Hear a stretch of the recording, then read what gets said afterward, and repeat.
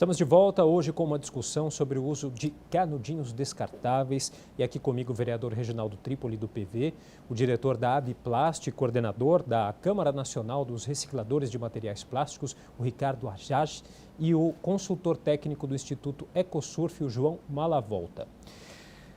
Queria falar um pouquinho agora sobre essa questão das bases, do modo de produção e de consumo atuais. Por que é tão importante a gente falar hoje sobre o conceito da economia circular, que eu acho que ainda é um pouco novo aqui no Brasil? É um conceito, certo? É um conceito novo, é um conceito hoje global, como eu falei anteriormente, que é você, quando vai projetar uma nova embalagem, já projeta ela qual vai ser o seu ciclo de vida após o uso dela. Então você já projeta uma embalagem com menos contaminantes, com menos pigmento, com mistura de materiais, para que ela tenha o melhor valor possível e na próxima vida dela, ela seja melhor utilizada e que tenha mais valor para reciclagem, e aí o pessoal vai comprar mais rápido e vai girar. Então é uma questão econômica, entendeu? Então assim, a economia circular, ela já está sendo aplicada em vários setores do Brasil, como do setor dos defensivos, dos óleos lubrificantes, que são embalagens à parte, foram tratadas pelo CONAMA antes da Política Nacional de Resíduos Sólidos, depois foi feito o acordo setorial da Política Nacional de Resíduos Sólidos, e agora chegou a hora das embalagens normais que a gente usa no dia a dia. Então, a economia circular, eu vejo que o grande drive dos próximos anos é exatamente você repensar tudo que você está usando e quando você usar, o que ele vai ser na próxima vida, na próxima reciclagem que ele tiver, entendeu? Então, e outra coisa que, comentando do ponto que você levantou, a tendência de se usar a embalagem plástica, ela é crescente. Você falou do plástico que a gente produziu e que vai produzindo até 2050. Então, o consumo do plástico, as tendências são de crescimento. Porque quanto mais você aumenta o IDH da população, mais plástico você usa. Porque ela vai transportar mais alimentos. As populações estão migrando do campo para a cidade, isso nos grandes países como China e Índia. Então, a população vai comprar cada vez mais alimentos processados, não in natura. Então, a tendência do consumo do plástico é aumentar. Então, nós temos que realmente fazer a economia circular, porque a geração de plástico, o consumo do plástico vai aumentar. Então, nós temos que resolver realmente agora como fazer com essas embalagens quando elas voltarem, porque há uma tendência natural do crescimento do plástico. Essas campanhas, elas podem proibir um produto, um canudo aqui, um pratinho ali, mas a tendência de consumo do plástico é crescente no mundo todo. Então, não há como você substituir o plástico nessas aplicações por um outro produto que gere menos impacto e seja mais barato. Entendeu? Esse é o quadro que a gente tem de desafio no mundo todo.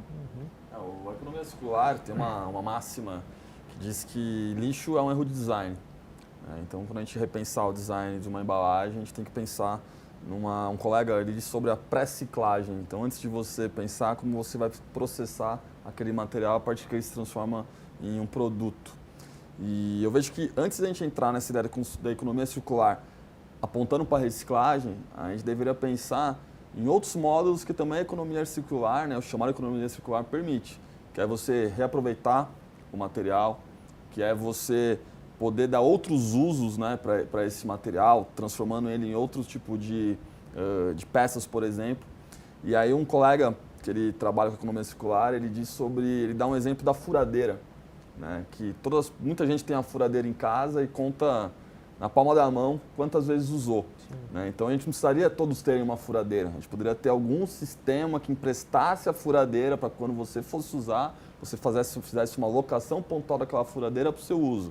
Então isso também é um viés de olhar para a economia circular. Não é só resíduos também. Exatamente, então tem um olhar um pouco mais amplo, está sendo construído, para além dessa questão de você só olhar o resíduo e retornar ele como matéria-prima. Então, passa por uma gama muito maior de opções de você poder tratar esses materiais.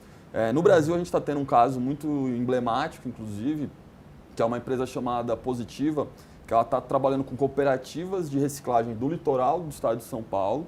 Eles começaram um trabalho em Santos, com ações de despoluição de praia, e fizeram uma embalagem para os seus produtos, com a reciclagem, com esses materiais reciclados de cooperativas no litoral, porque teoricamente estão induzindo, né, que se faça coleta seletiva no litoral e com isso diminui a pressão de materiais que possam chegar às praias. E nas limpezas de praia também recolhendo material e colocando na composição dessas embalagens e tem um produto incrível que está tendo uma super aceitação porque traz uma mensagem. Né? Você, para além de comprar um produto, você está comprando uma causa. Então está embutido nesse produto que trabalha numa lógica de economia circular, uma causa que é a questão dos oceanos. Só complementando, quando eu falo muito da reciclagem, mas a gente vive nossa política são os 3 R's, é reduzir, reutilizar e reciclar. A reciclar é o último estágio, mas é o que a gente precisa fazer hoje, porque nós temos muito plástico. Mas a tendência é essa, é você reduzir a quantidade de plástico por embalagem, ou reutilizar refios, ou reciclar. Então, e na reciclagem, eu falo muito da reciclagem mecânica, mas existe hoje já a reciclagem química também, daqueles plásticos que hoje são misturados ou não têm valor econômico, você pode ter uma reciclagem química também. Então, tem várias alternativas tecnológicas, entendeu, para a solução. Então, sim, quer dizer, a economia circular vai até um pouco além desses 3 R's? Muito isso, além. né? Eu acredito que a economia circular, o João estava falando ali, eu estava aqui pensando no nosso vestuário. Por que o vestuário ele acaba tendo uma economia circular automaticamente? Ninguém joga fora um paletó, uma gravata, uma camisa, uma calça, uma meia, um saco. Você não joga no lixo. Você passa isso para alguém. Você acaba dando para alguém. Tem muita gente que acumula, mas geralmente uma vez por ano, eu pelo menos, passo no meu guarda-roupa ali, pego umas coisinhas e levo para a rua, ponho no meu carro e vou dar para alguém. Então, por que não utilizar isso, esse conceito, com outros materiais? Não só o plástico, mas todos os outros materiais. E eu acho que a questão econômica fomenta muito isso. A gente pode sim fazer rapidamente uma economia circular, sendo que você começa a indústria criando um design possível e que estimule economicamente a pegarem aquele produto para reciclagem. Vai para a reciclagem e volta para a indústria. Então, se esse produto tiver o ciclo dele utilizando 2, 3, 4, 5, várias vezes, só nisso você já deixou de jogar milhões de toneladas de lixo plástico nos aterros, nos mares, nos córregos. Então, é um estímulo, é um exercício que o brasileiro, está começando a fazer e nós estamos ainda realmente batendo cabeça com tudo isso, porque é muito complexo, envolve muitos setores, mas aqui em São Paulo, pelo menos, eu tenho visto do poder público, da prefeitura, principalmente do prefeito Bruno Covas, que eu já citei aqui em São Paulo, um empenho, uma vontade de fazer acontecer o mais rápido possível. Vejo na indústria também uma vontade de chegarmos a uma situação que a gente possa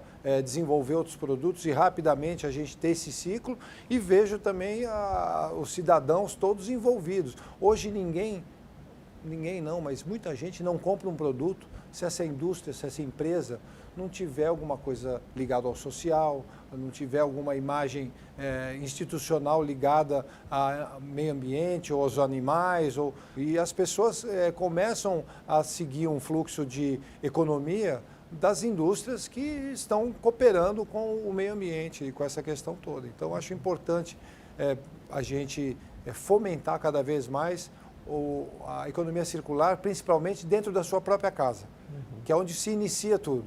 Você muitas vezes usa um produto e joga no lixo. Para e pensa, isso pode ser um vaso, isso pode ser um porta-caneta, pode ser várias coisas. Então, a gente, internamente, a gente precisa... eu vou até citar a Ellen MacArthur, que tem a fundação com o nome dela. Ela criou isso porque ela foi fazer a volta ao mundo num veleiro. E num veleiro não se joga nada fora, não tem aonde jogar fora, a não ser que você seja um poluidor. Mas ela deu a volta ao mundo, quando ela chegou em terra, ela criou a fundação, que leva o nome dela, porque nós estamos num veleiro, gente. Na nossa casa, no nosso bairro, na nossa cidade, no nosso planeta. Nós estamos num lugar que ele é finito.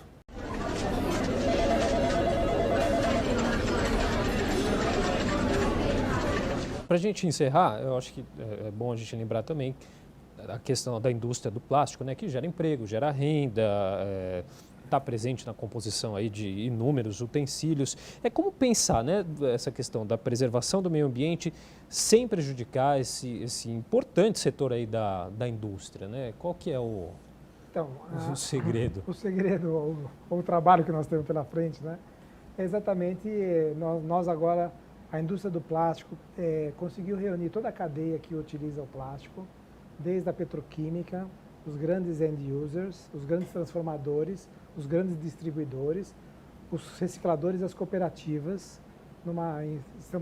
Formamos o que a gente chama de rede, e esse grupo tem trabalhado para identificar quais são as melhores políticas já adotadas no Brasil todo ou fora do Brasil, como esses exemplos que vêm de fora, Fundação Ellen MacArthur, da Europa, dos Estados Unidos, da Ásia, e as empresas que já estão no Brasil têm suas políticas, cada uma tem suas políticas. Estamos reunindo todas essas informações e vendo quais são as que melhores se aplicam, quais os melhores resultados que já tiveram, para poder fomentar e incentivar as que melhores resultados deram, para aumentar a economia circular.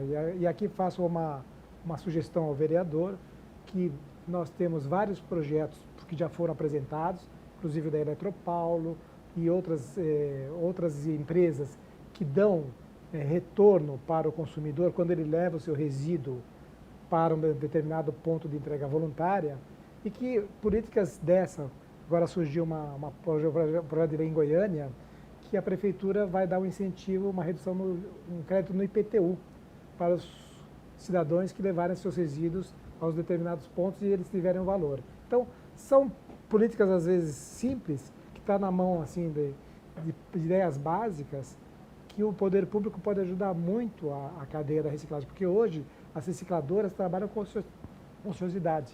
Não tem material para a gente trabalhar, porque não chega material de qualidade nos pontos que precisa.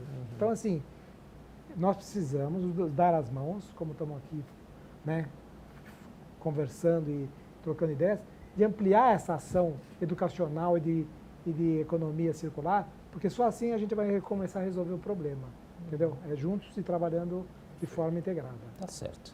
Bom, eu queria agradecer aos nossos participantes. O programa de hoje chegou ao final. Eu agradeço ao vereador Reginaldo Tripoli, do PV, do diretor da Abiplast e coordenador da Câmara Nacional dos Recicladores de Materiais Plásticos, o Ricardo Ajar, e o consultor técnico do Instituto Ecosurf, o João Malavolta. E também agradeço, claro, a sua participação. TV Câmara São Paulo, assista, fique sabendo.